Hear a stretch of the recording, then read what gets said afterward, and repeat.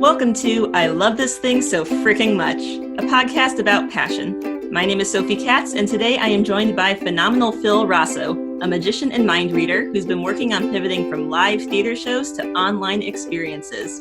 Welcome to the show, Phil. Hey, glad to be here, Sophie. Glad to have you here. So, here is how this works. Phenomenal Phil will have 3 minutes to talk about something that he loves. This can be a person, place, thing, concept, activity, anything he wants. Our only requirement is that he loves it wholeheartedly and wants to tell us why.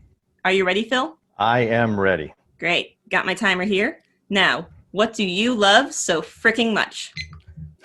Well, it's probably no surprise, Sophie, but the thing that I love so friggin' much is performing magic and mind reading for people. Ever since I was a child, I was interested in the art of magic, and I can remember even when I was a child growing up and watching TV and seeing David Copperfield or Doug Henning, or staying up late and watching The Tonight Show and seeing Kreskin or Uri Geller, a famous Israeli mind reader. And those things just had a great influence me, on when I was growing up, and it really got me interested. And in Chicago, there were these commercials for something called TV magic cards. And I would see those, and I went to Walgreens at the time, and I had my mom buy me a deck, and I had so much fun playing with that. But I was also a Chicago Cubs fan at the time. And maybe you don't know, but they only played day games at Wrigley Field before they got lights, and all the games would start at 1:15 in the afternoon. So when I got home after school, I could still watch the last few innings. But after each game, there was a 10th inning show, and people were interviewed. And I can specifically remember this umpire being interviewed who was also happened to be an amateur magician. And he did this amazing card mind reading trick on TV, and it blew me away. And I was amazed, and that's what really got me hooked. And I just loved, after that, I started performing for people and getting into it more and learning more. And I did some shows for my friends and my family. And after college, I actually did restaurant magic, where I would go table to table and do tricks for people as they were waiting for their food. And the most amazing trick was to be able to respond to people, because they would always give me the same bad jokes, like, can you make my wife disappear? Or can you make my check disappear? So my talent at that time was just to laugh like I hadn't heard that joke 1,000 times. But then life happened. I got married. We had kids. I had a job, and I put the whole magic mind reading thing on hold for 20 years. And then my youngest son actually got involved in theater, and I did a couple of shows with him, and I really liked being on stage and entertaining, but I learned that I couldn't sing, and I definitely couldn't dance, but I didn't mind being on stage. So I started getting back into magic again and mind reading and doing some public shows and some parties and some events. And I just love doing that. So for the last few years, I've been doing corporate shows, and I was lucky enough at the end of last year to actually produce my own public show and sold tickets and did a program. And I learned that I love performing it as much as producing it. And I just had a great time doing that. In fact, your parents were part of my stage crew, and they did a great job. But now with the COVID, no more shows, so I've been pivoting to doing online shows from my studio in my basement. That's what I've been doing recently. And it's been quite an experience. It's been quite an experience, but I've enjoyed it.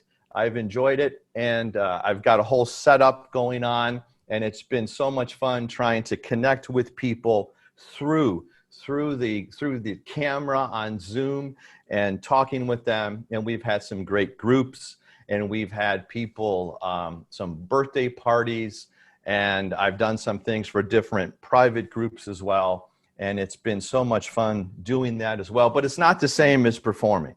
I mean, I would love to get out and perform in front of people on stage again, but you just can't do that with what's happening now. So we have to work with what we have now these days. Absolutely. Phil, thank you for telling us about magic and mind reading today. My pleasure, Sophie. My pleasure. Absolutely. I'm curious, so I know I don't want to have you give away any details about magic or mind reading tricks that you don't want to, but I am curious if you have any favorite tricks either to watch or to perform.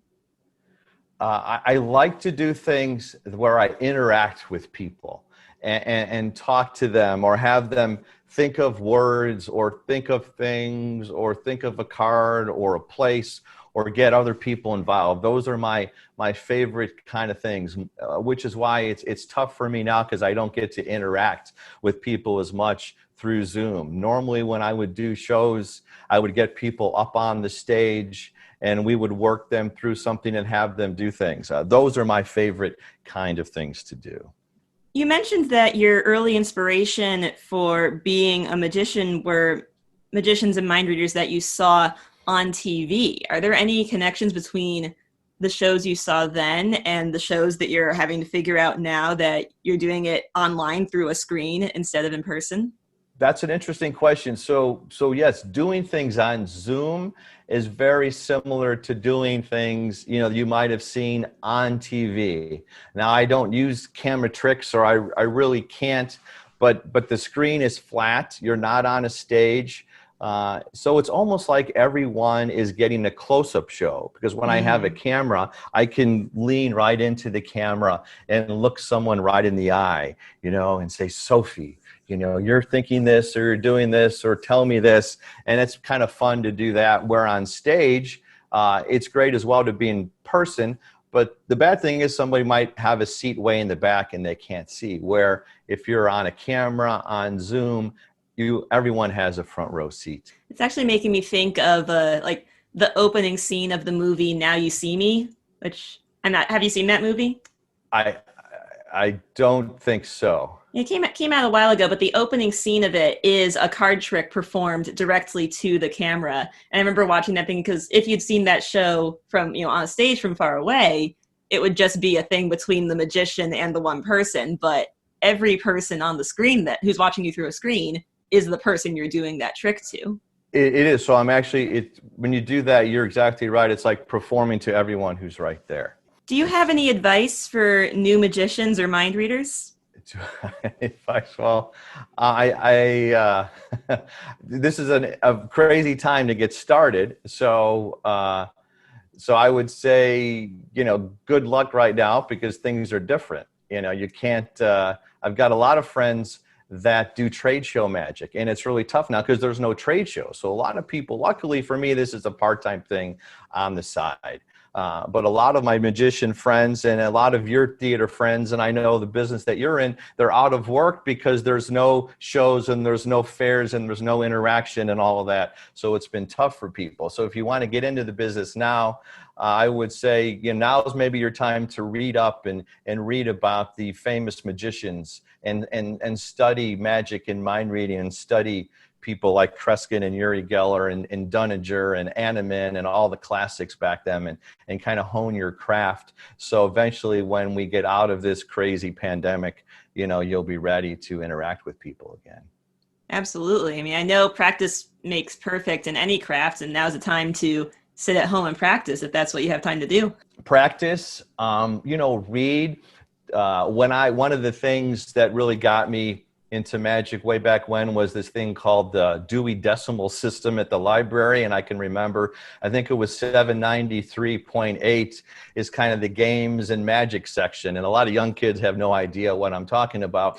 But this was before YouTube and before the internet, and you had to go and read things in books. And I was, still doing things, trying to watch magic on a VCR as well, or recording some of the shows that I talked about. So I did a lot of reading and learning about effects and things through books that I actually got in the library. But now there's so many things. We all know how to buy books these days and get them. But now's a good time to read or just online. There's so much stuff online too. So if you want to get into this or probably anything, as it's no secret, the internet has the answer to everything. So you can learn magic, you can learn mind reading. The only thing you probably can't learn is performing in front of people, because you have to do that to be able to practice that.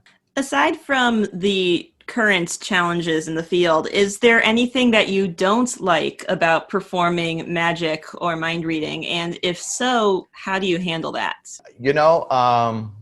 I think there's maybe two things. One is when I do a public show, I hate selling tickets. Oh. That is probably the most difficult part, and my theater friends would agree. So it's great to go do the show, but to try to get money from people or just handle the tickets and all of that kind of stuff is tough. I'll tell you a quick story. Even the show I did in November, it was a public show. We had a crying baby in the audience. And how do you deal with that? So I had to ask one of our stagehands to politely ask the person to leave. He wasn't very happy. He thought his crying baby in the fourth row wouldn't bother anyone. So there's little things like that you have to deal with when you're working with the public or doing a show or things like that.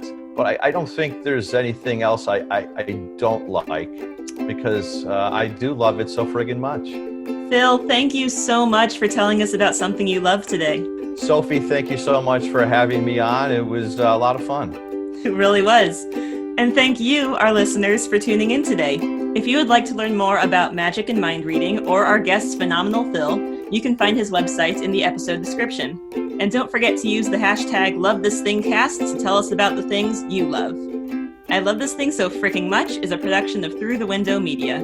This episode was directed by Sophie A. Katz and edited by Melissa Block. You can find us at Through the Window on Twitter, Facebook, Instagram, or Tumblr. That is THROU the Window at all those social media sites. Be good to yourself, be kind to each other, and you'll hear from us again soon.